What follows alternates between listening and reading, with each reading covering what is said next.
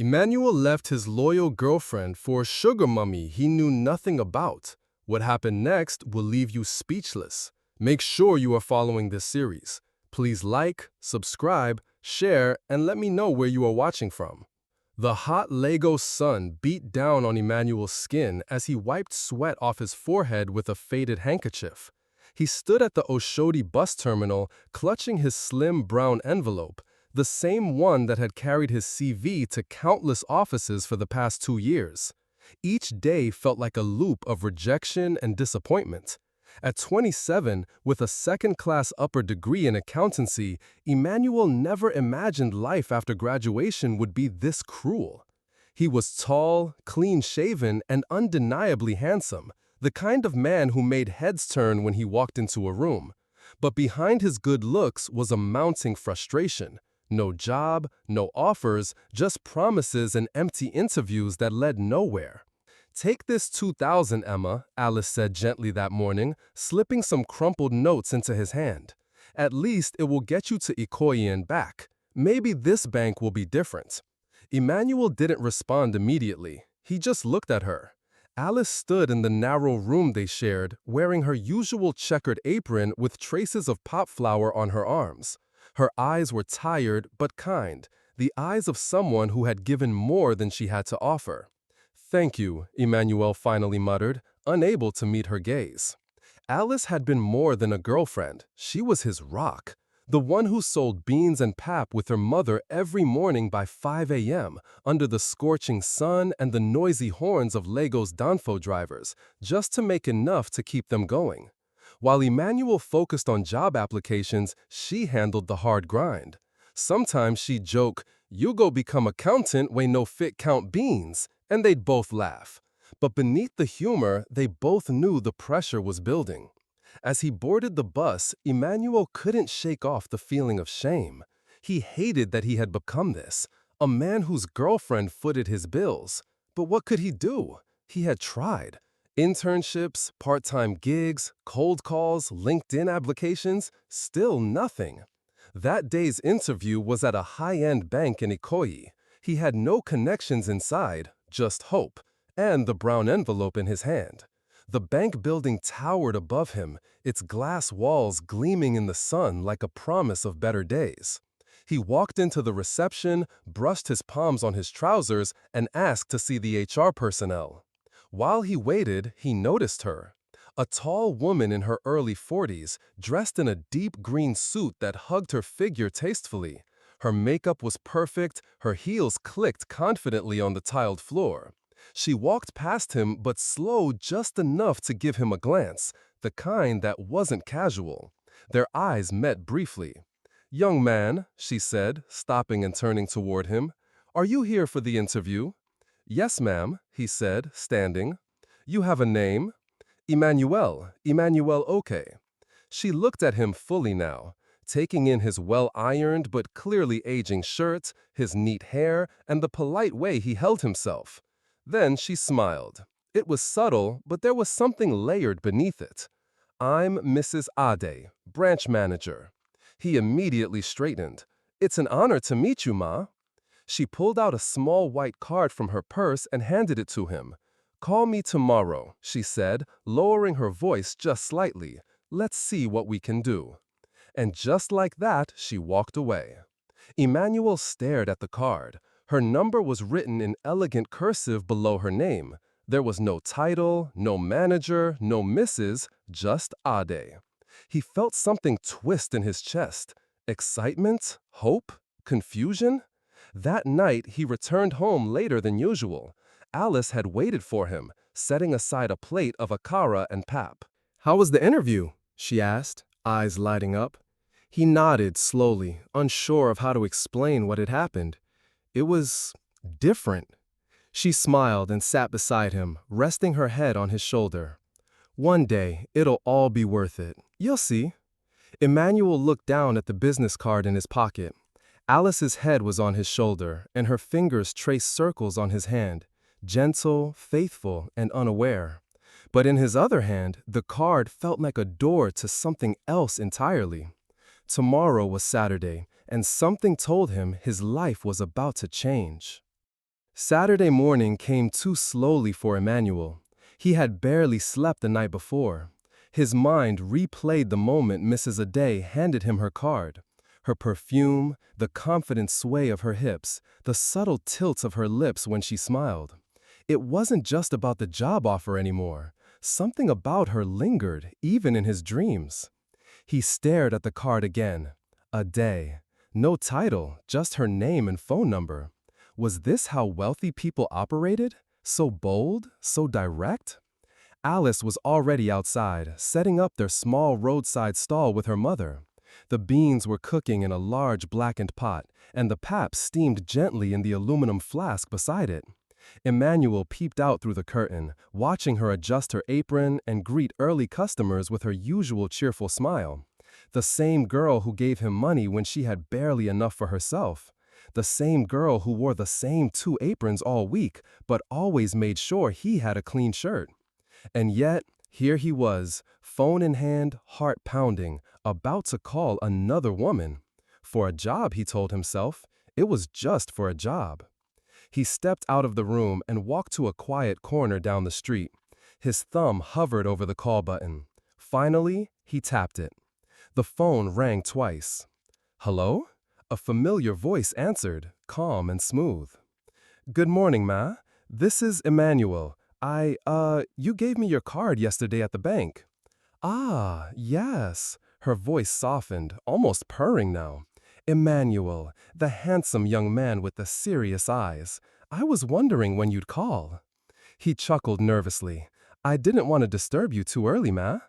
It's weekend, and please don't call me Ma. That makes me feel like your teacher, she laughed. Call me Aday. There was a short pause. Emmanuel cleared his throat. Okay, Aday. Better, she said, her tone playful. So, do you have plans for the day? No, not really, he replied, still unsure where this was going. I want to see you. Nothing formal, she added quickly, reading his hesitation. Just a conversation. Let's meet somewhere quiet. There's a small place I like, Bluebird Lounge, off the 3rd roundabout. Know it? I think I can find it.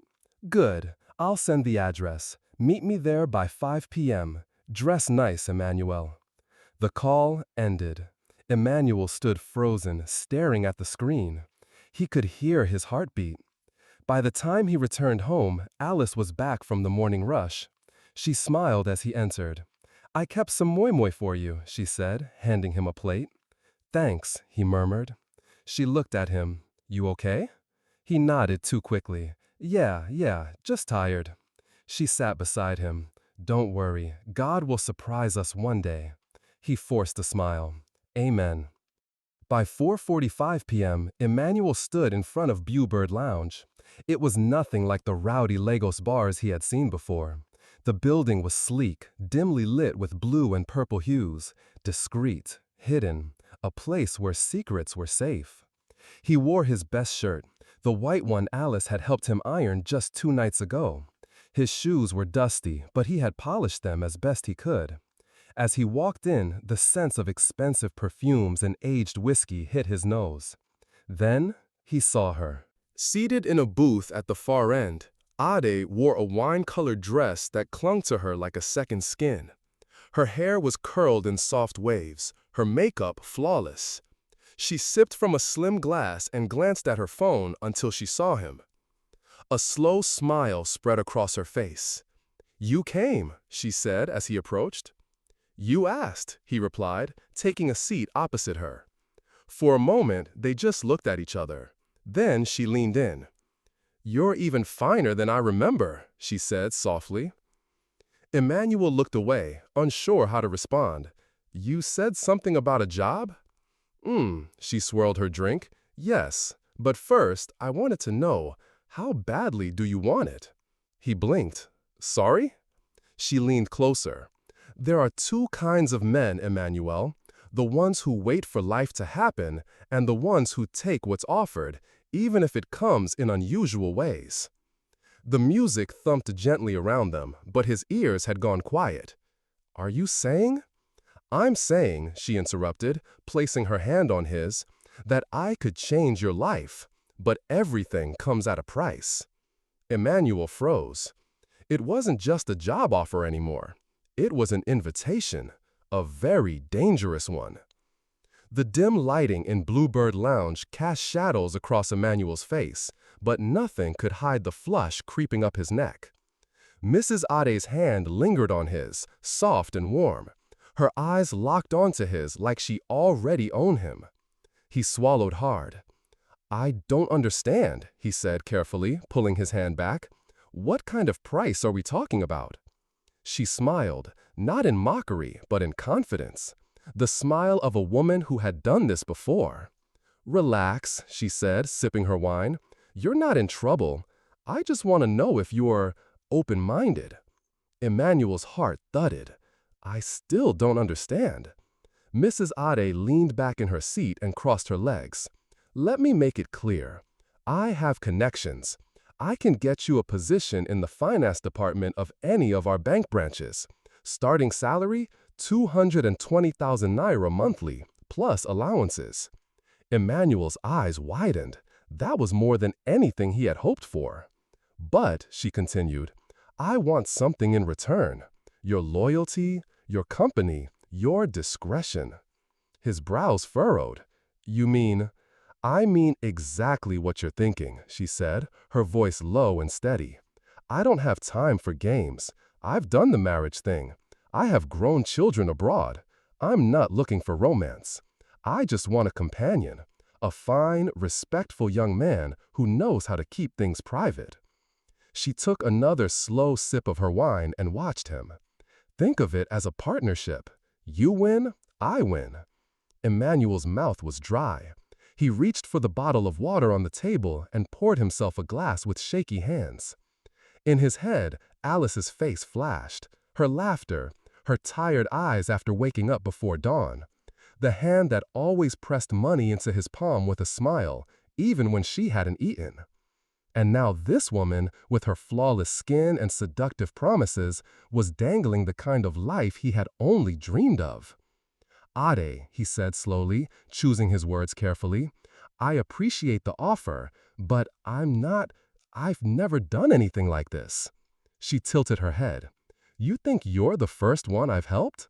She reached into her purse and pulled out a folded paper, an appointment letter with the bank's logo boldly printed across the top.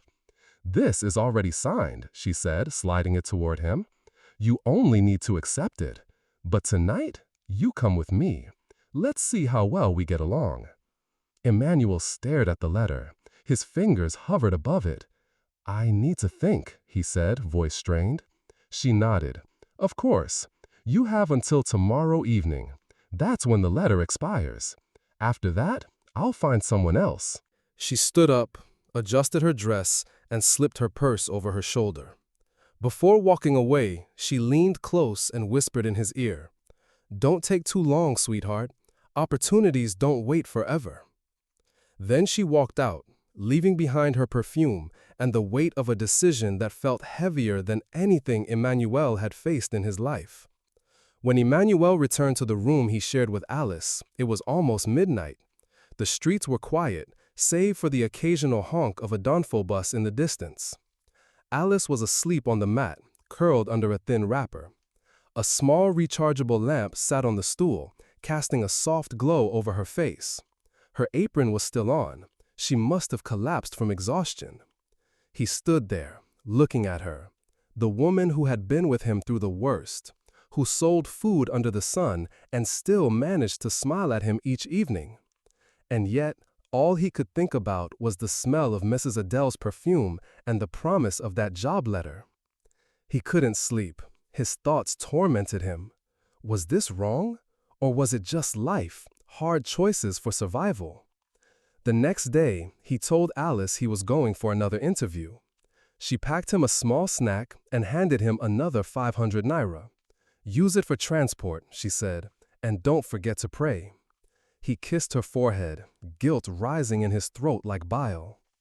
By 6 p.m., Emmanuel was back at Bluebird Lounge. This time, he didn't hesitate. Mrs. Ade was already waiting, seated in a sleek black car outside the lounge. She rolled down the tinted window and smiled when she saw him.